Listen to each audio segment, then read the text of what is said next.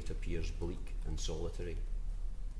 The assessment of the author of the report is that he presents as a minimal risk of reoffending. At the outset, I referred to two of the purposes of sentencing. A further purpose is the opportunity to make amends.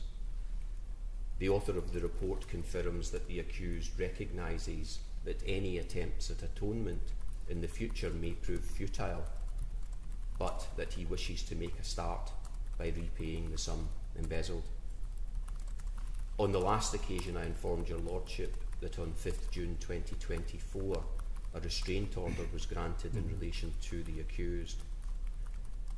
The Crown has now confirmed from their investigation of his finances that there will be sufficient funds under his control to repay the sum embezzled. A statement of information under the Proceeds of Crime Act 2002 has now been served, and a timetable for further procedure is now in place. Can I just be clear, are those funds under his sole control? That is my understanding from the Crown investigation, Lord. Okay.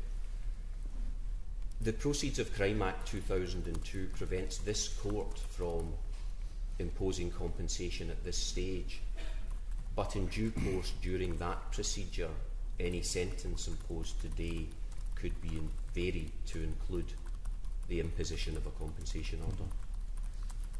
For present purposes, I invite your Lordship to the view that there will be full repayment of the sum embezzled from the restrained property, and to take account of that and the other mitigatory factors identified when selecting the appropriate headline sentence. I invite your Lordship to restrict that sentence as much as your Lordship properly can in the circumstances. Finally, the accused pled guilty at the preliminary hearing. In my submission, his plea of guilty has a significant utilitarian benefit, and I would invite your Lordship to reflect that by affording a discount in terms of Section 196 of the Criminal Procedure Scotland Act 1995. I would also invite your Lordship to backdate any sentence to 26th May, the date he was remanded in custody. Unless there's anything further that I can assist with, those are my submissions. Can I just check? It's the 26th of May is the backdating date, is it? Sorry, 25th May. 25th. 25th yeah. May. Thank you. Yes, thank you, Mr. Scullion.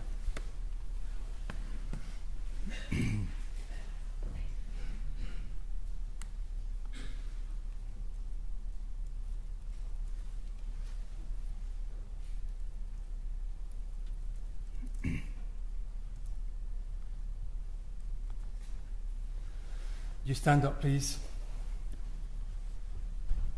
Peter Murrell, last month you pled guilty to a single charge of embezzlement. You carried out a large number of fraudulent acts over a 12-year period while you were Chief Executive Officer of the Scottish National Party. In total, a sum of just over £400,000 was taken from that organisation, and your offending increased in frequency and in amount over time. As set out in the Criminal Justice Social Work report that I now have, you found yourself unable to stop this offending, and it was only the detection of the crime which brought it to an end. Your actions involved a significant breach of trust to the organisation which you led and to the individual members and donors of that organisation. Because of your position of authority, you were able to circumvent the checks and balances that existed. The manner of the embezzlement, although not particularly sophisticated, included the fabrication of invoices. You gave false information to junior members of staff to input into the accounting system. All told, this was a calculated crime of dishonesty.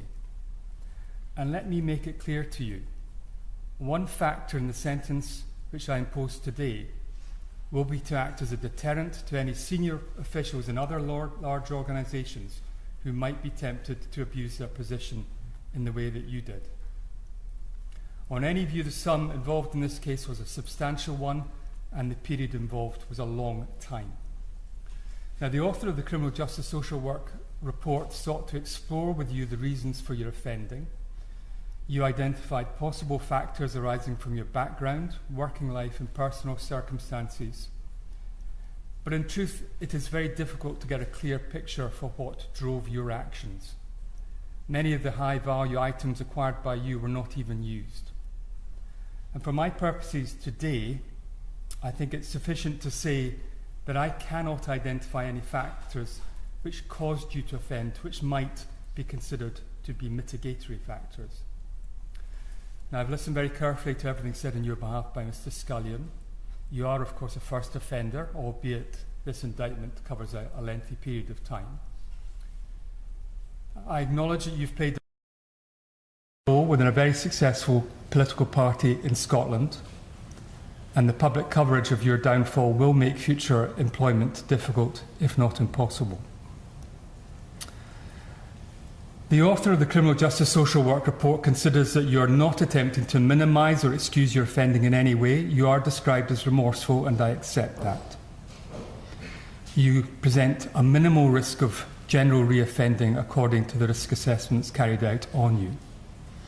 I'm also told that a full repayment of the sums embezzled can reasonably be expected from your own personal funds, and I shall proceed on that basis. Now, you pled guilty to this charge at an early stage. I'm told that in early March, shortly after this indictment was served, you gave instructions to your legal advisors to discuss a potential plea with the Crown. The precise terms of that plea were adjusted over a period of 11 weeks, and given the complexity of this case, it is understandable that the Crown and your legal advisors required time for that process to be followed through. By pleading guilty at the preliminary hearing, there is a significant benefit to the judicial system by the avoidance of a lengthy and complex criminal trial, which would have lasted many weeks, and I shall accordingly make the appropriate reduction to the headline sentence in accordance with Section 196 of the 1995 Act. Turning now to that sentence. If you had been found guilty of this charge after trial, I would have imposed a sentence of 7 years imprisonment. Having pled guilty at the preliminary hearing, I impose a sentence of 5 years, 3 months imprisonment. I shall backdate that sentence to the 25th of May 2026, when you're first remanded in custody. That is all. Court!